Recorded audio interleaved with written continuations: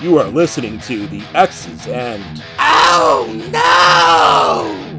Football Show, a J-Mill for Real podcast on Spotify, Apple, and YouTube. Hello, everyone. We are back for week 2, and this is J-Mill and my co-host. Hey, I'm Josh. Hope you guys are doing good today. We'll get that intro down eventually. Honestly, we'll practice it next time. But yeah, no, this is week 2. We're getting started, and honestly, we're looking forward to a lot of fun.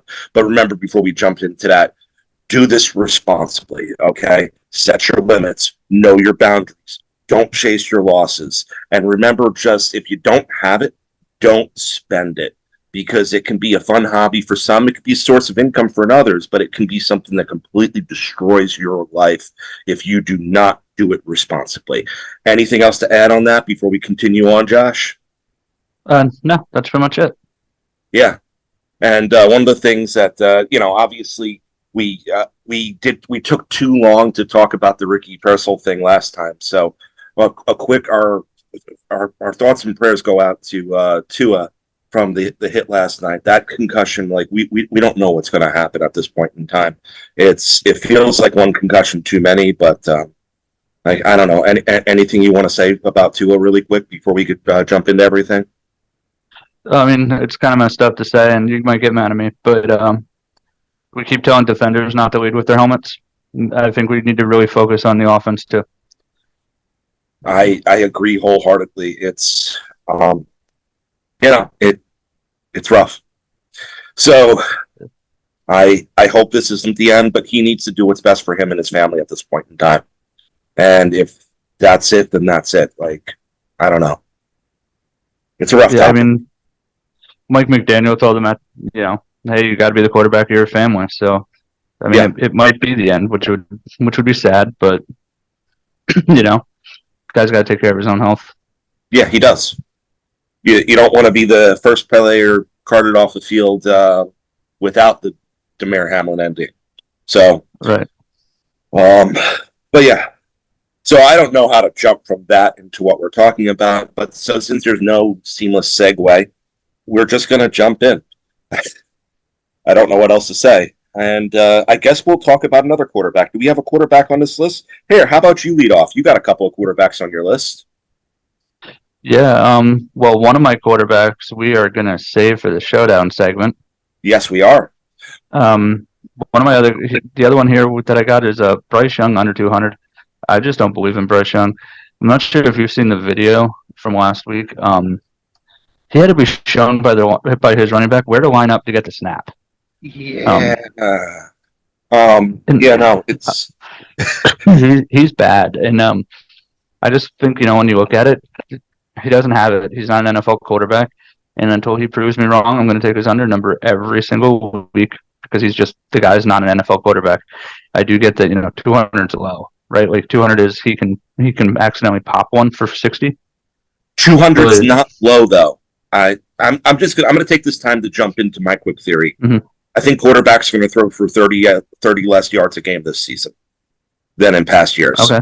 Because the reasoning is with the field position being altered, the returners that realize that they can't rip it past a certain point in time are just going to continue to take it to touchbacks. And most of the kickers are more than willing to just put it to the end zone. So that means there's 10 less yards every single drive that would have ended in a touchdown. So that's 10 less yards spread out throughout the offense. And then when you add to it that the returners that do realize that they can return it and take advantage of the blocking, the field position is going to get even worse then. So I'm going to guess that the average quarterback is probably going to throw for about 30 yards less per game. So we have to really look at this as this number being 230 last year. Does that make sense? It makes sense. I disagree. Through week 1, more than 60% of quarterbacks hit their over number. But we had a lot. I think that think the numbers are what they're supposed to be. Okay, but we'll see. I mean, I think we're going to need more. We're going to need more data. Yeah. But definitely, I'm not going to argue you on Bryce Young either way. Whether the number's 200 or 230, or even if it's like 180, I'm not going to argue on Bryce Young. It just feels like a fool's errand. Going back to me, I got a quarterback, and I'm going to go with this has nothing to do with yards. I'm going to go with a Will Levis INT at any given point in time during the course of this game versus the Jets. I think that the Jets defense isn't as bad as it looked versus the 49ers, and that it's going to come out with a statement this week. I realize I'm playing a gamble because this could be Will Levis fumbles 3 times and it's scooped up, or it could just be that Will Levis gets pulled after fumbling once. But at the end of the day, I think that Will Levis has to make a turnover in order to get benched. In the only way I really anticipate missing this is if the Jets knock him out early in the first quarter on a sack where he holds onto the ball. If he plays any amount of time, this interception's all but guaranteed, in my opinion. What about you? Who's their backup quarterback? I'm not even sure who the backup quarterback is. It's not Malik Willis anymore. No, that's what I'm thinking. That I don't even know if there's a scenario I see where he's getting benched. Yeah, he could throw 4 interceptions this game and still not get benched. So I think Levis is starting the whole game, and unless you're telling me that you're literally going to run it 20 times with both Tajay Spears and Tony Pollard, then, which they're not, because if they're doing that, the Jets are going to end up in positive game script at some point in time, and they're going to have to pass. It's Mason Rudolph. You're not going to bench Will Levis for Mason Rudolph because you're not getting an upgrade there. Yeah. You're not going to do it this week at any rate. You would have to take getting embarrassed by the Jets here and then getting embarrassed by maybe 1 or 2 more opponents to put Mason Rudolph in. Mm-hmm. So, all right. Well, we're on the quarterback kick, and I think you still have one more quarterback to go, don't you? I do. And I just I'm going to go Jared Goff over 275. That's in our other segment. Oh, well, my fault then. I'm going to go with Malik Willis over 175. I have 2 more quarterbacks then. Oh, wait, no, hold on. Yeah, you do have 2 more quarterbacks, but they're both in the Lockdown and Showdown segment. Malik Willis over 175 is interesting. Talk to us about it. It's such a low number, and I think he's come a long way. Preseason. This is a preseason type bet where I looked at him in preseason and I liked what I saw. He's definitely a downgrade from Jordan Love, but they still have great receivers in Green Bay. And I think it's so funny. I think it's a funny pick because that yard total is really low. Yeah, Josh Jacobs has never had a receiving touchdown in his entire career. Really? Yeah. No, I didn't. He's scored 51 touchdowns. Not a single one has been receiving. I think this is the type of situation though, that he might be able to get one because it's going to be a lot of short passes. So you're giving Jalen Reed maybe possibly a quick slant over the middle where he's got open space. Josh Jacobs, those screens. I think 175 tacks up because if you say they're getting 8 possessions, you're really only saying 25 yards of possession, and I'm like I can see that. I could see that hitting very easily here. Yeah, I mean, it's a little scary to me because obviously playing the over on a backup quarterback is always a little risky. But I think we'll find out pretty quickly that these Packers receivers and his offensive scheme as a whole is what's making Jordan Love look as good as he is. Right. And no disrespect to Jordan Love, but I feel that there's a bit of a system advantage here. So I'm going to be going over back to me for a moment, and I don't really have another quarterback, so let's go with the guys who go after the quarterback. T.J. Watt, an anytime sack during the course of this game. So I know that you find that one a little bit funny, Josh, but I'm guessing that's because you think that I'm going to be on a T.J. Watt sack every single game until it doesn't happen. Yeah, that's exactly why I'm laughing at it because I really do think you're going to go every game, all 18 weeks of the season, except the bye week. I think we should just pencil you in for a TJ Watt 1.5 sack every single week. See, I can picture some scenarios in which it would happen, but I have to feel with a rookie quarterback that it's going to happen. And I get it. Bo Nix is nice and mobile, and but at the same point in time, it's man. If the Seattle defense could do that last week versus the Broncos, I'd have to wonder what the Steelers defense is doing this week. So, but yeah, moving right along. What do you got for us next, Josh? I'll go with my next quarterback then is C.J. Stroud over 300. I'm actually buying or selling yards back to them for that one to get it to plus 205. Okay. So 10 will get you $20.50. I really like this one. I think I'm just looking for a huge game out of CJ. I think he didn't really get a chance necessarily last week to play with all his toys. So I'm looking for a game where he hits Tank Dell for 80, he hits Stefon Diggs for 100, he hits, and you throw in another 80 to Nico Collins, and that's putting him at 260 already. So I really like 300 for CJ here. And which defense are they doing this against again? Hold on. I don't want to misspeak because then we're on the thing. Chicago's. Yeah, I mean, I don't disagree with you.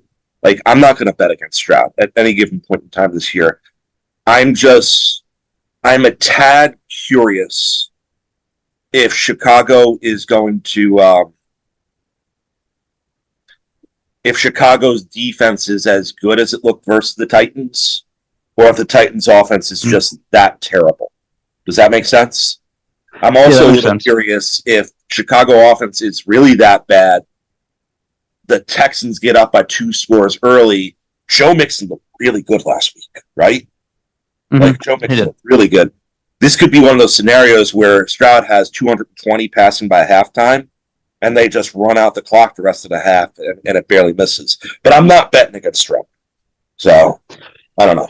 Yeah, I just liked it because, it's very plus money. It's an easy double up. I mean, you're looking at like basically like a parlay level on one guy. And it's a Sunday night, it's not the prime time. I'm going to say. I just like it. I think it's a good game. And then, so what do you got for us next? Which one are you going with? Are you going with one of the guys that the quarterback needs, or what are you doing? I'm going to go with one of the guys that helps make it easier for the quarterback to pass. And I'm back on J.K. Dobbins this week. He worked out really well for both of us last week, by the way. One of the things that we didn't point out at the beginning, but we both, if you go with the whole, everything we said in the show last week, you were 10-9-1. I was 13-12-1. That's not all that great, but it's still above 500 on both of us.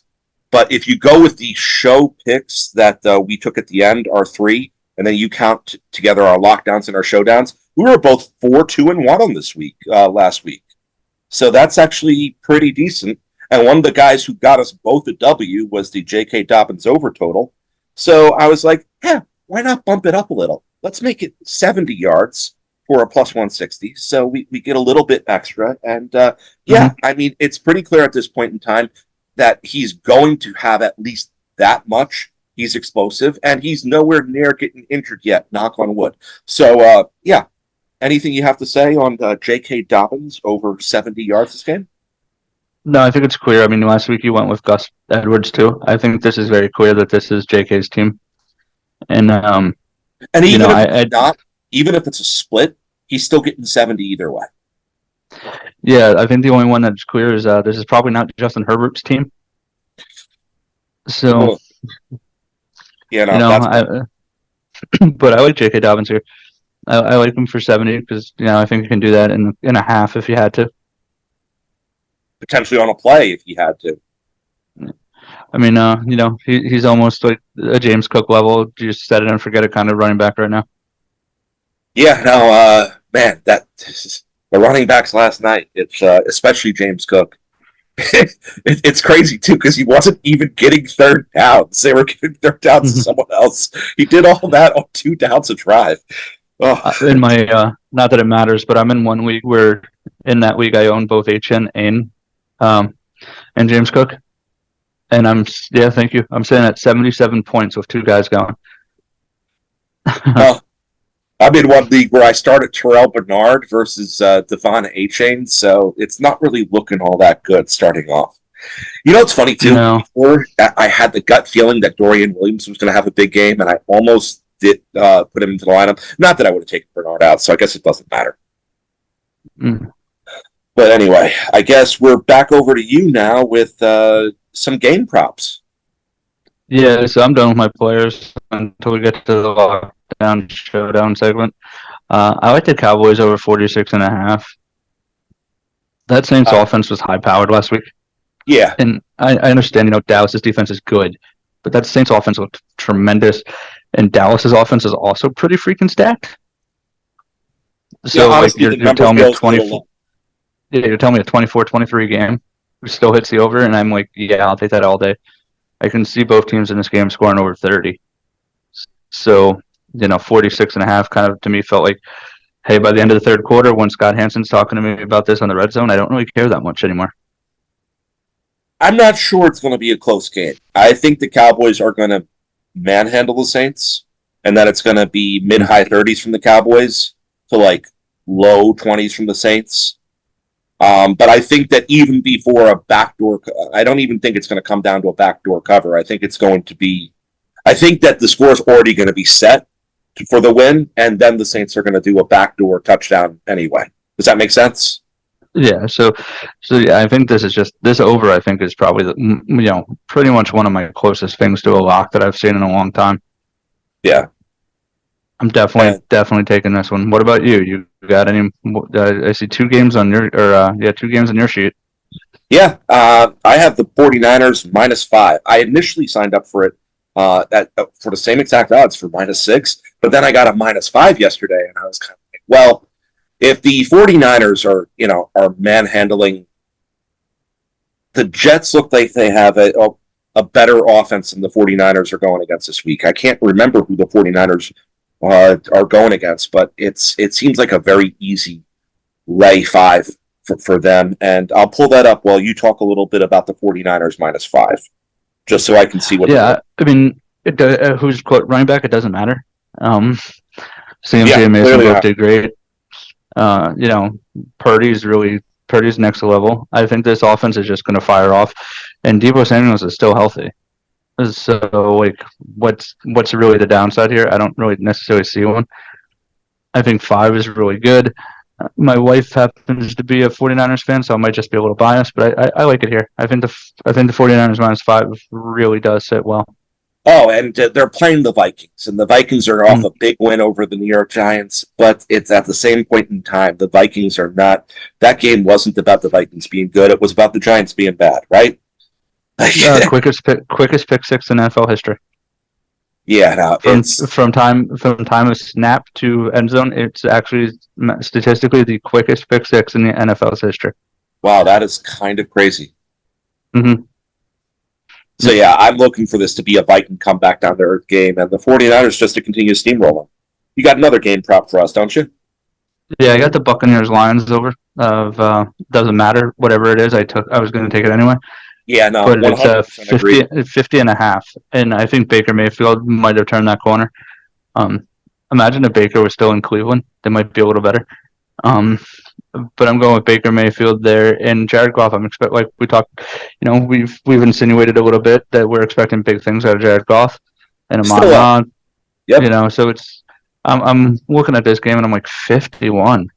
Jeez, I think both teams easily put up 28. I think this is actually going to be a really fun game to watch. It's a 1 o'clock window, and I'm a little jealous of the people that get to watch this game the whole time. I'll be having Red Zone on. I have the NFL package, but I don't really use it because I really just watch Red Zone. Oh, fair enough. Well, I will be at a children's birthday party during the course of this game because I have kids around that age. So sadly, I will be missing the 1 o'clock games, but I'll be right back on board when it comes to the 4 o'clock games. But I 100% agree. Bucks versus anyone over 50, just over 50.5 this week feels correct. But when you factor in that it's the Detroit Lions that they're going against, yeah, either one of these 2 teams could score 50, right? Right. In Detroit secondary is not that good either. No. Honestly, I don't think And if you're concerned about the way Detroit started last week, don't be concerned. It was It's Sunday Night Football. It was Rams. I know that was supposed to be a track meet, but at the same point in time, the Rams defense is actually better than what people anticipate it was. And that's going to segue me into mine. I don't know how the Rams are the underdog versus the Cardinals. We mentioned last week that Buffalo seems to play down to their opponent week one. It just kind of always feels like that happens. And I get it that they had a double-digit lead on the Bills, but the Cardinals are not that team, and the Rams are. And I get it. I 100% get it that last week doesn't fit that narrative, but we're back to Matt Stafford just feeding Cooper Kupp over and over again. I get it. Nakua's out, but I don't care. This is a very easy take the points with the Rams. Like, I don't know. You got anything to say on that? No, I mean, it's weird to me. I think Vegas is seeing something I'm not here, so I'm just going to go ahead and ignore it. But okay. I don't hate this game either. I mean, I don't hate the play. I think the play is fun. Okay, cool. So now we are moving into our lockdowns and showdown segment, and I got it. We'll start with showdowns again because I got to give it to you, man. You 2-0'd me last week. You 2-0'd me last week in the showdowns. The Kyle Pitts, though his fantasy total was okay because he had a touchdown, his yard total did not hit at all, and I was on the Gus bus, and the Gus bus caught a flat tire coming out of the station. So Josh is officially up 2-0 on me for the showdown segment. So, and for our lockdowns, congratulations. We went 1-0-1. So I guess it could have, if we went with the 3.5 with the Dolphins winning, we would have been 1-1. But we went with the 3. The Dolphins won by 3, and so I guess that's a push. And we hit the Tyreek over together, and we didn't just hit it; we bumped it up to 100 yards, and we hit it. So good for us, right? So we're starting that off. And you know, when you're taking a favorite, you sell the hook. When you're taking the underdog, you buy the hook. Yep. So, you know, just for people that don't know what that means, if you're taking a team that's favored to win the game, so it's -3.5, take that down to -3. You're going to give up a little bit of your return, but you're getting the extra push potential and a little bit extra security. If you're taking an underdog, so you're getting the 3.5, or you're getting 3, always buy that extra half a point because then it's going to, you know, really help you out in the long term.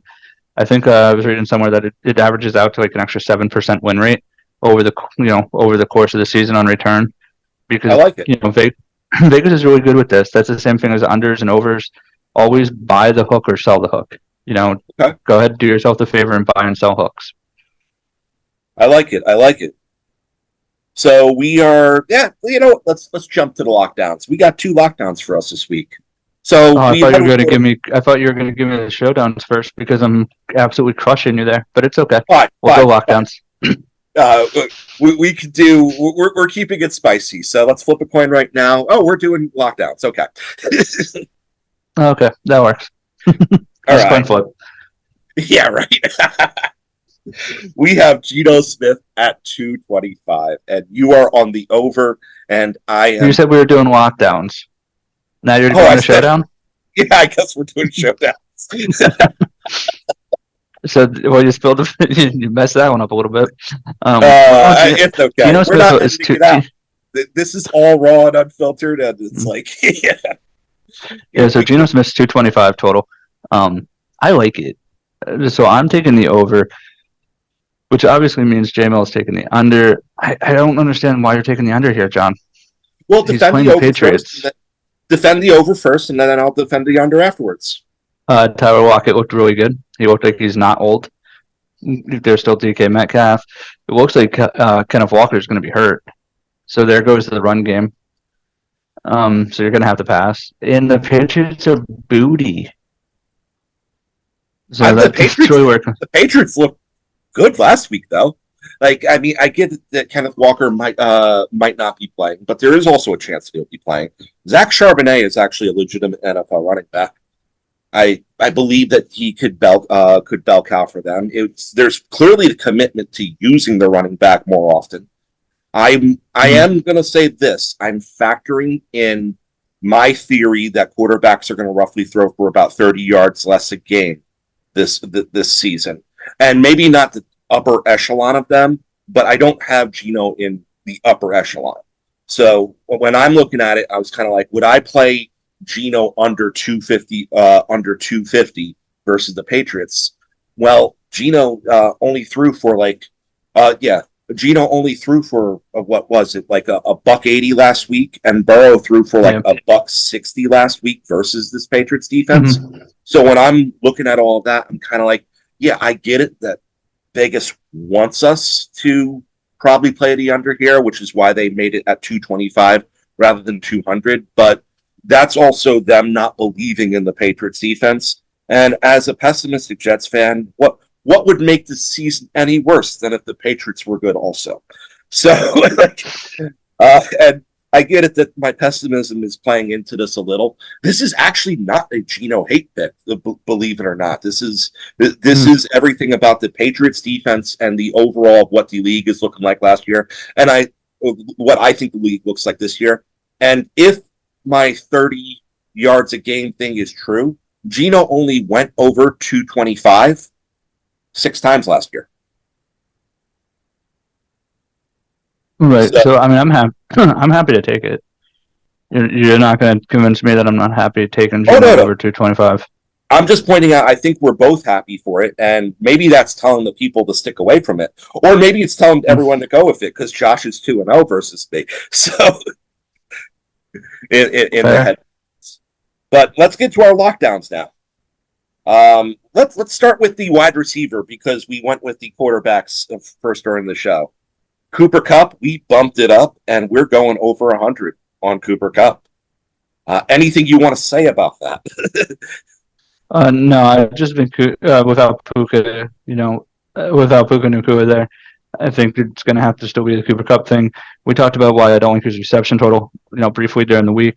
Yeah, I do think. So the reason I don't like Kupp's reception total is because at any moment Kupp can break one deep. He can have like a 5-yard check down thing, or a quick slant that he accidentally escapes one tackle. He's too fast. You can't catch him. Yep. And now he's 85 yards in the end zone. And I look at, Cooper Kupp is like, he might be the type of guy that steals 2 drives from you.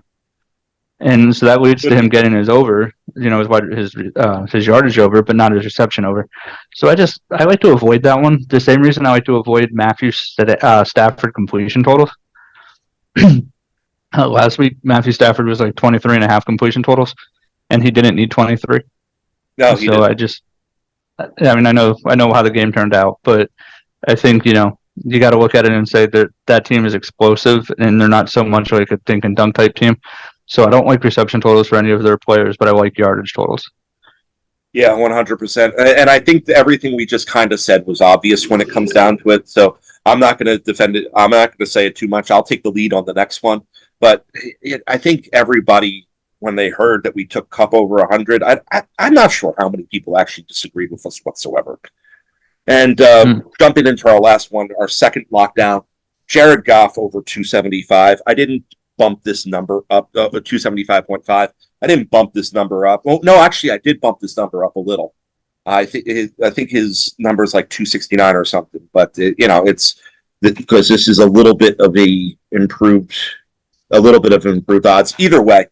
But Goff is not going to go under that number twice. And versus the Buccaneers defense, like this has the makings of a shootout. Why wouldn't you think both quarterbacks go over 300? It's very plain. Right. So, and once again, I'm sure most people listening to this are agreeing with that. And I get it that the Buccaneers currently are listed as the number 1 passing defense, but like it's week 1, and their opponent was the Commanders. Not much to say about that. So, all right. Any final things that you want to say? Once again, this is what we're going with this week. We have 5 picks apiece. We have 5 picks that are standalone apiece. We have 2 lockdowns and a showdown. Those numbers might vary based off week. We're not going to force lockdowns. We're not going to force showdowns if we don't agree or if we don't disagree on them. But this is what we're going to. We got some feedback from you guys over the course of this past week, and yes, we were cramming too much into the show. So thank you for that feedback. It's very much appreciated. We're gonna keep to this tighter, neater format, and hopefully get. Instead of being just over 50% for the show, hopefully we're hitting closer to that 2/3 number every single week for you guys. That way, it makes us a little, it makes you a little. Once again, we are only telling you what we're playing. So, yeah. So if you like what we're doing here with this new format and everything, then like, subscribe, follow, and make sure that you catch every single episode. Any final thing, Josh? Yeah, I'm not sure when this is going out. You posting this up today or tomorrow? I am posting it out today. All right, then cool. For those of you that are lucky enough to watch it or listen to it early enough, go double down on the state of Kansas tonight. Okay. You got Kansas, the University of Kansas, and you got Kansas State both playing tonight, both at home. So take them both. I like money lines here. So the money lines, when you take them both, it's even money. So 100 gets you 100. Cool. But an extra 100 going into a Sunday isn't bad. So double down on the state of Kansas. Sounds good. Once again, thank you everyone for tuning in. Thank you for being a part of the JMill for Real community. Thank you for being a part of the X's and O No football show. Like, subscribe, follow. Thank you. Have a great week. So if you like what you heard today, make sure to listen to us on Apple and Spotify. All of our podcasts are there. All the JMill for Real podcasts are on there. Check us out on social media and interact with us there. It is linked in the show notes. Until next time, you have been listening to X's and Oh No! Football Show,